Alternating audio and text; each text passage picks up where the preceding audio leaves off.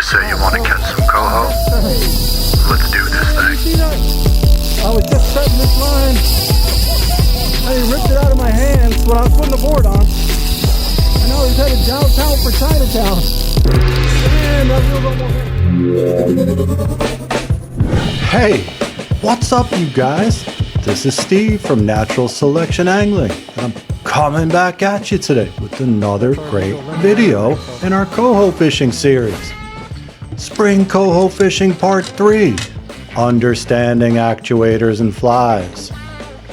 Right, so we all have some experience with this stuff, right? You know what this thing is. It's a trolling fly. This is a pretty large one. Got some beads, got a leader, got a hook. Doesn't look much different from this one though. What's the difference between these two things? Why would I choose one and not the other? Let's get into it. So you guys have seen these out on the boat before, or maybe on the internet, and these are actuators, okay? And a fly is basically dead meat when you're trolling it. It's not gonna do anything. So we add these actuators in front of the fly to help the fly have some movement, okay? But these come in all different shapes and sizes, and trying to figure out the one you should be using based on the conditions can be a pretty heady mix. Let's look at a couple extreme examples. All right, this is a pretty small actuator here. It's a little baby Dodger, and it's got a tapered profile. It's fairly flat with a little lip on the back end.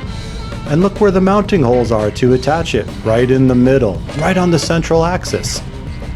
Then you got this guy right here. This is a Dreamweaver Spin Doctor. Look at this thing. It's got all sorts of features. 2 attachment points in the front on the standoff, right? And in the back, it's got these 2 vanes that are standoffs as well. And then it's got 2 holes on the back. Well, what do you do with this thing? What difference does it make? We're going to talk about that. You can see these are drastically different things. Okay? Look, in a spectrum from high frequency vibration to low frequency vibration, this is what we're looking at.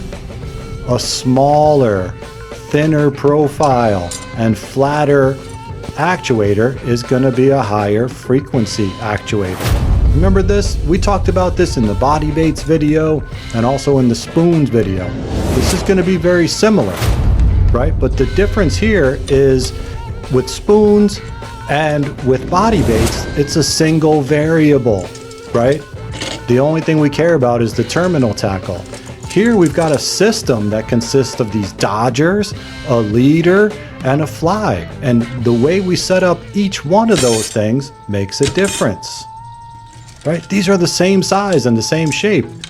One's more dense and heavier. It's gonna act different than the other one. Now look at this guy. It's long and thin with a tapered profile, but it's thick like this one, okay?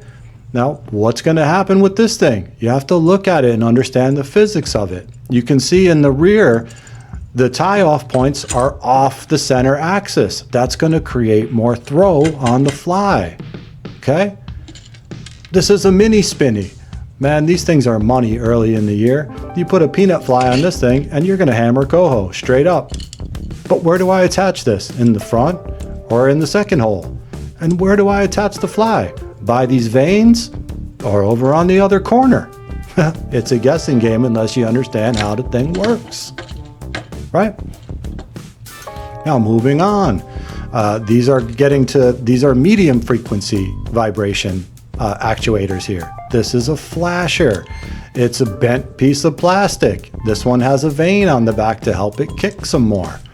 The attachment points are in the center, along the center of the axis of rotation. Now this is a big Spin Doctor. It's going to have the same mechanics as the smaller Spin Doctor, but because the surface area is so much bigger, it's going to have more throw. It's going to be a lower frequency vibration. And again, you have to set it up to do what you need it to do. And then at the other extreme end, this is an 11-inch paddle. This thing is a big, slow rotator, and you're going to use this for big, chunky flies like this Spin and Glow. And if you look at this thing, you can tell where I fish it. This thing bangs bottom. This is a Laker taker. right? So as you're looking at the array, right, you've got two extremes here. You've got that little tiny dodger that we looked at first and this big giant flasher that we looked at last. Now the spin doctor, this guy's unique, right? So we're going to go over this one in detail. The attachment point in the front, the rear attachment causes wider throw. The front attachment causes higher frequency vibration. These vanes on the back, if you attach the fly to the same side as the vanes, you're going to get a bigger throw. If you attach it to the other side, you're going to get a smaller throw. Right? You get it? All right, moving on here. Now we've got this dodger. This dodger is the engine of our system, right? And the attachment point where the leader attaches is the transmission, low gear, high gear. The leader is the drive shaft and the fly is the wheels, okay? So this 10-pound test or this 15-pound test leader is gonna be different than this 25-pound test leader, okay? And the material matters a little bit. Fluorocarbon is stiffer than mono is, but diameter is gonna dictate this mostly, okay? This is 40-pound test, it's fluorocarbon. This is 50-pound test, fluorocarbon. And this is 100-pound test fluorocarbon, right? What do you use and when do you use it? Well, a lighter leader material is going to provide less throw to the fly, okay? A heavier leader material is going to cause more throw to the fly. The shorter the leader, the more throw. The longer the leader, the lazier the fly, okay? Now, moving on to the tires. Here's a range of flies. This is a peanut fly. It's about 1 inch long. It's tied directly to a treble hook.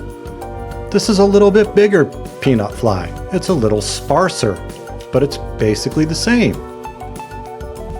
This is a slider fly. It's the same size as the second peanut fly, but it's arranged a little bit differently and it's not tied directly to the hook. It's gonna swim different. This is like a 2.5 inch fly, right? And it's got a cone head on it. That's gonna be different again.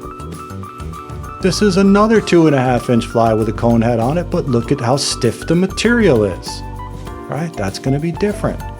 And here's a big fly. It's a 4 inch fly, but look at the material. It's very thin and very soft and supple. It's gonna have a different action, okay? Then you get into these heavier baits like a rubber hoochie. This is gonna be really dead in the water without a good actuator. Spin and glow, you could run this without an actuator and the spinny will attract them, but it's usually fish with a big actuator as well. And then at the extreme end, this is a meat rig, okay? So it's a big plastic head that you got a strip of herring in or alewife or something like that, and it's got a string of teaser flies. Think about what it takes to move this thing. You can't do it with a baby dodger, right? This guy moves with a baby dodger. Small fly, less resistance, more action. You pair this guy with a little dodger like this and you're off to Murderville. You're gonna kill Coho on that thing. It's set up the right way. Now, like the spin doctor, this is a really great choice for a larger fly or a system like a meat rig. This big paddle too. Think about what you're trying to do, okay? Man, that's a lot of stuff to cover, but here's all the components we're talking about. It's a heady mix, right? It's a lot to think about. First thing you want to choose is your actuator. The next thing you want to decide is your leader material. And then finally you want to decide what kind of fly or bait you're going to be dragging around and how long your leader should be. All right, that was a lot to cover, so let's recap. We talked about these high frequency actuators like this Sling blade. They have a narrower width, they're made from a thinner gauge material, and they have a flatter profile.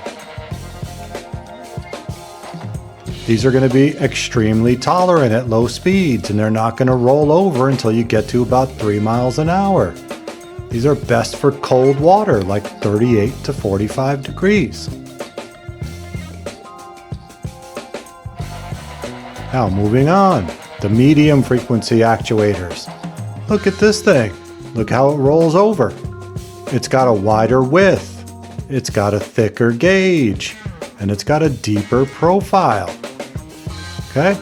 It's supposed to rotate. It's fairly tolerant at low speeds, but when you're going too slow for it to turn in a circle, that's no good. So this is best for cold water, like 46 to 52 degrees.